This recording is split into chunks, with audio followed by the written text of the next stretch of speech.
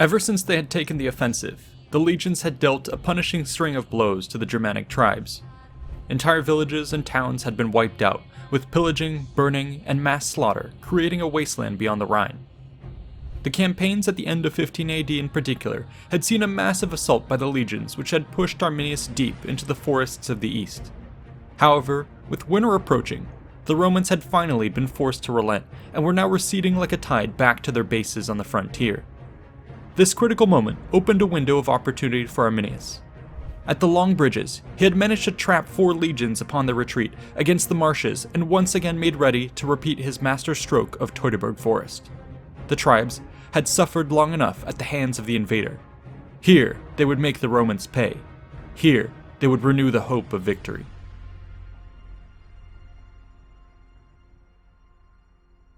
You can strike fear into the heart of your own enemies through our sponsor, World of Warships. World of Warships is a free-to-play game available on the PC that places you in the role of a naval commander. Choose from among 4 primary warship types: battleships with thick armor and mighty guns, destroyers with speed, maneuverability, and stealth, cruisers with flexible capabilities for offense or defense, and lastly aircraft carriers, capable of long-range reconnaissance and devastating airstrikes. Take the helm of over 400 different historical ships, or customize your own in strategic, team-based battles fought across incredible living maps with impressive graphics and changing weather. The game is truly a crucible of war, with more than 44 million players to compete against. Download the game and support the channel by clicking the link in the description below. Enjoy a starter pack when you register, and use the code BOOM to get additional rewards that include 200 doubloons, 2 premium ships, the St. Louis and the Emden, 20x Restless fire camouflage, 2.5 million credits, and 7 days of premium account credit. Enjoy, and happy sailing. Caecina had made the decision to commit to the crossing at the long bridges rather than try to force his way around. This meant dividing his forces in 2, one for repairs and one for defense. They began immediately. Screening forces fanned out to secure the perimeter, while lignatories collected building materials, cohorts dug trenches, and engineering squads planned construction works. The Germanic Tribes, meanwhile, occupied the high ground above, and were similarly active. They set up their own positions in the hills, sent out raiding parties to harass the enemy, and began their own counter-engineering works to divert nearby streams towards the Romans to further flood their positions. That first day was an incredible sight of frenzied activity. Like a pair of disturbed anthills, the opposing armies swarmed over the area to complete their missions while thwarting that of the enemy. In these contests, the Romans had the advantage of experience and technical expertise. However, the tribes had the advantage of the terrain, their knowledge of the area, and their vast numbers. The legionary work crews were forced to trudge through wet and muddy conditions under a near constant barrage of slingstones and light javelins. What few Roman fortifications managed to go up became magnets for such attacks, which whittled away the defenders with incessant harassment. The legionaries which attempted to strike back were said to be heavily encumbered by the mud, barely able to advance or throw their pila. Thankfully, the fearless generalship of Caecina managed to see them through to nightfall. They were alive, but had little to show for it. Much of their progress had been undone by the attacks or the unexpected flooding that had been unleashed by the barbarians. Food supplies were dropping, the wounded or dying were piling up, and morale was on the verge of collapse. Meanwhile, on the dry ground above, they could see the warm fires of the barbarian tribes and hear the raucous laughter of an enemy in high spirits. Tomorrow's prospects were grim. Caecina knew that inaction and complacency would breed despair in the situation. They needed some ray of hope to cling to fight for. He therefore called a meeting of the senior leadership and consulted with the engineers on what could be done. They decided that it would be possible to begin marching across the partially completed bridge works. While this would not get them back home, it would at least represent some forward progress and should greatly reduce the enemy's ability to strike at them. The orders were passed down through the chain of command, yet even he was not assured of its success. Tacitus writes that night, Caecina was haunted by a nightmare where he had seen General Varus rising out of the swamps, covered in blood, extending his hand and beckoning to him. Such an ill omen was not to be shared with the men, lest they lose all hope. He must trust in the plan. At dawn, the legions marched out. They assembled into a massive square formation with the baggage train at its center and a legion on each side. The advance across the long bridges was painfully slow. The heavier baggage carts and cavalry forces carefully moved across the groaning causeway, while the lighter infantry and auxiliaries waded through the marshes on the flanks. Arminius and the tribes watched like some famished bird of prey. Patient, they merely sent forth harassing units to delay the rear guard, while keeping the bulk of their troops at the ready. The Romans were maintaining a tight perimeter, and their discipline was holding out. But this would not last forever. As the legions moved forward into the marshes, their supply train, aptly called the impedimenta, became bogged down. Seeing this, the square was forced to slow and come to a halt. As the sun rose higher in the sky and the hours of the day ticked by, it seems that the soldiers had enough of merely watching their military slaves struggling to keep the mules and wagons moving. They therefore began to abandon their positions as guards to help things move along. The tidy order of the defensive square broke apart. It was this exact moment of weakness that Arminius had been waiting for. He now ordered the assault. Massed waves of tribal forces ran screaming down the hills and crashed upon the disoriented Roman rear. The attack proved devastating. Arminius himself led a picked force of men that cut through the legions and their animals, heading for the soft innards of the baggage train, which held the supplies, the wounded, the officer corps, and the eagles. As he advanced, the chieftain is reported to have called out that this was Varus and his legions, trapped once again in their ancient doom. Indeed, the situation was quickly spiraling into a disaster. The Roman force was holding together by a mere thread. Most of its units abandoned the long bridges, fighting their way back towards the more defensible dry land from which they had come. The integrity of the defensive square was thus entirely gone, leaving Caecina dangerously exposed. Germanic forces closed in, cutting the horse out from under the Roman commander and almost killing him. Luckily, the units from the vanguard came to his rescue and helped escort the remaining forces back to terra firma. They did so at great cost, as the wounded or isolated elements of their forces had to be abandoned. In their wake, the Germanic troops swarmed in to engulf what was left behind.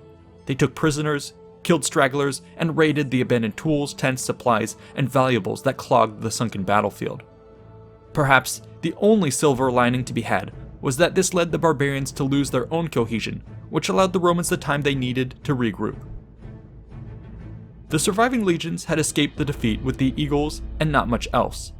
They had no food, no shelter, and few tools for making camp. Thus, as the sun began to set, they were left to build a most pitiful camp. Its walls were made of makeshift sod, topped by an assortment of scavenged materials, while its insides were a waterlogged field of cold, drenched, bloodied soldiers who mostly slept out in the elements. They huddled together for warmth and ate what few rations they had in their own personal belongings. Within 24 hours, the legions had found themselves back where they started the day before, but now in a far more dire situation. Things truly seemed hopeless. It's certain that many soldiers spent the night haunted by nightmarish visions of the aftermath of Teutoburg that they had discovered just a few months earlier. Surely it would be their skulls next that would be pinned to the trees. The men were so on edge that when at one point one of the surviving horses broke its tether and ran screaming through the camp, the legions panicked and attempted to swarm out of the gate, thinking that the enemy was closing in upon them. The entire army was on the verge of dissolving into a rout. The catastrophe was only averted by the quick thinking of Caecina. The general, aware of the latest reports and knowing that this was a false alarm, threw himself before the exit, vowing that the only way out would be over his dead body. The sight of their commander seems to have shaken the men out of their animalistic flight response. He took the opportunity to address the assembled mob in stride by proclaiming that beyond those gates lay death alone. Their only hope for survival was as a disciplined whole. As individuals, they would be picked off one by one. With these careful words, and perhaps an appeal to their remaining sense of honor, the men were backed down from the ledge of mutiny. The army would hold together one more night. Caecina knew that he would not have many more. A plan was thus devised that would make or break the legions. At dawn the next morning, the ramparts of the camp were all but empty. Some nervous sentries were posted, but it was obvious to the German scouts that the legions must be exhausted and on the breaking point, refusing to even commit to their usual full guard. They summoned a war council in the face of this new information. Arminius was cautious. He knew best that a cornered beast was at its most dangerous. Better to let it bleed out in the corner, or set a trap along the escape routes, then gamble on some unnecessary killing blow. However, his counsel was overruled by the other chiefs. This fight was personal to them. Many had lost friends and family over the last few years, and were eager to see them avenged. They were done waiting. The fighting the day before had proven the Romans mortal. Their army bled. It was battered and broken, lying in a camp fortified with mere mounds of sod and a handful of guards. Now was the time to fulfill oaths. Now was the time to end this man to man. The Germanic tribes promptly massed their ranks and unleashed an all-out assault, each tribal chief leading their contingents into the fray. The vanguard moved quickly, with bundles of branches to fill in trenches and with tools to tear down anything that might slow the assault. Soon, they were at the ramparts, clearing it with volleys of javelins and scaling it with their hands or prepared ladders. Led by Arminius, they flooded into the camp. However, it became difficult to maintain cohesion of the force as it spread out in all directions to slaughter and loot mindlessly. This was exactly what Caecina had counted on. At this pivotal moment, he sounded the trumpets. Ranks of troops now emerged from their hidden positions, leading a counter-assault against the overflowing ramparts. They reclaimed the walls, with centurions carefully directing the men to repel fresh waves of tribesmen and to cut off those inside. At the same time, all surviving Roman horsemen rode out from the rear of the camp to strike at the Germanic horde from the flank beyond the wall. Additional gates were flung open, unleashing yet more formed cohorts which poured out to engage the main body of the enemy, forcing them into a set-piece battle. The Germanic tribes were caught completely off guard. They had expected cowering, half-armed men in a panic, not disciplined, organized legionaries. This misjudgment would prove their undoing. The legions now held the advantage of surprise and the ability to finally fight the type of battle they wanted. It was said that the Romans yelled out to the enemy, "None of your trees here, none of your swamps, just a fair field and fair gods." Channeling pent-up frustration and a fear of what might happen should they fail, the legions delivered a brutal, merciless counterpunch. The fighting would continue until the sun had set. Many Germanic chieftains were injured or killed, and Arminius only barely managed to escape. Under cover of night, they pulled back. Somehow, the Romans had snatched victory from the jaws of defeat. Yet Caecina knew that his great victory had only won him a bit of breathing room with which to escape. Should he linger, the tribes might be able to regroup and smash the legions which had expended the last of their energy in this desperate bid for survival.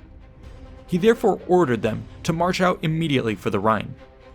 After several long days, they finally arrived as a ragged, bloodied, exhausted column that could barely be recognized as a Roman army. During their absence, a panic had set in on the frontier, with many fearing another Teutoburg had occurred. Some even argued that the bridge over the Rhine should be destroyed to prevent a Germanic invasion. Luckily, Agrippina, wife of Germanicus, had forbidden such an action. She believed in the strength of Rome and dutifully awaited their return. As Caecina's troops finally stumbled into view, the Domina was there to greet them with coins, clothing, medicine, and food. They had survived. Germanicus, meanwhile, had been making his own return home along the northern coast. As his fleet approached a tricky patch of sea, 2 legions were disembarked and marched alongside the ships to facilitate the crossing. For a while, these advanced along a peaceful shore. However, strong winds soon bore down on them, and a severe tide drove the swells against them. I'll now quote an evocative passage from Tacitus. Quote, "His army was driven and tossed hither and thither. The country too was flooded. Sea, shore, fields presented one aspect, nor could the treacherous quicksands be distinguished from solid ground, or shallows from deep water. Men were swept away by the waves, or sucked under by eddies. Beasts of burden, baggage, lifeless bodies floated about and blocked their way. The companies were mingled in confusion, now with the breast, now with the head only above water, sometimes losing their footing, parted from their comrades, or drowned. The voice of mutual encouragement availed not against the adverse forces of the waves. There was nothing to distinguish the brave from the coward, the prudent from the careless, forethought from chance. The same strong power swept everything before it. At last, Vitellius struggled out to higher ground and led his men up to it. There, they passed the night without necessary food, without fire, many of them with bare or bruised limbs, in a plight as pitiable as that of men besieged by an enemy. For such at least have the opportunity of a glorious death, while here was destruction without honor. Daylight finally restored land to their sight, and they pushed their way to the river Visurgis, where Caesar had arrived with the fleet. The legions then embarked, while a rumor was flying about that they were all drowned. Nor was there a belief in their safety, till they saw Caesar and the army returned finally. In this way, the legions of Germanicus crawled their way back to their own lines. It was a dour note on which to end an otherwise glorious campaigning season. His men were battered in both body and spirit. In their current state, it would be impossible to carry on the fight. Luckily, this last dark chapter of the war had not yet reached the rest of the empire. As far as they knew, it had been nothing but inspiring tales of conquest. The provinces of Gaul, Spain, and Italy all now competed to offer men, horses, arms, and gold for the war effort. With these, the tattered remnants of the legions were renewed. Morale swelled as the general and his lieutenants made the rounds of the winter camps, visiting the wounded, rewarding the deserving, and showering all with praise. Veterans and raw recruits alike were assured that the ultimate victory was within their grasp. All it would take was one more campaign like the last. They made ready for war. A huge thanks to the patrons for funding the channel, and to the researchers, writers, and artists for making this episode possible. Stay tuned for more exciting chapters in our series on Avenging Varus, and check out these other related videos, including the one on Roman fast food. See you in the next one.